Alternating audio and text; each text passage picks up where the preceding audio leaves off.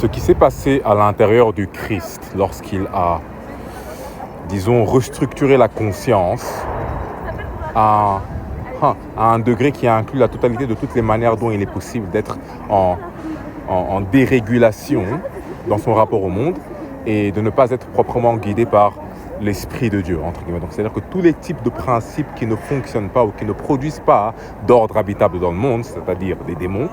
en fait, à l'intérieur du Christ, il a littéralement conquéri tout ça. C'est-à-dire qu'il a restructuré toutes les manières dont la conscience peut être habitée par un principe qui produit du désordre, en fait. Et donc, ce qui se passe, c'est que dans notre monde ici actuellement,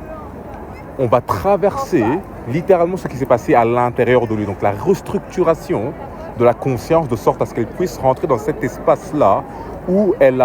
s'est reconfigurée au point où son rapport à la réalité maintenant permet au divin d'être en quelque sorte participant, mais consciemment. C'est-à-dire qu'il y a vraiment cette installation du divin à l'intérieur de nous qui nous élève, qui élève notre identité vers un autre royaume. Donc on sort de notre nature basse avec toutes les manières d'être en rapport au monde qui constituent cette dimension en quelque sorte, et on rentre dans une autre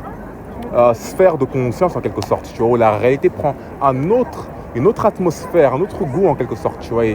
et on puise dans des compétences qui produisent justement ce résultat qui est un ordre habitable, en fait. C'est un peu abstrait peut-être, mais je pense avoir communiqué le bon message.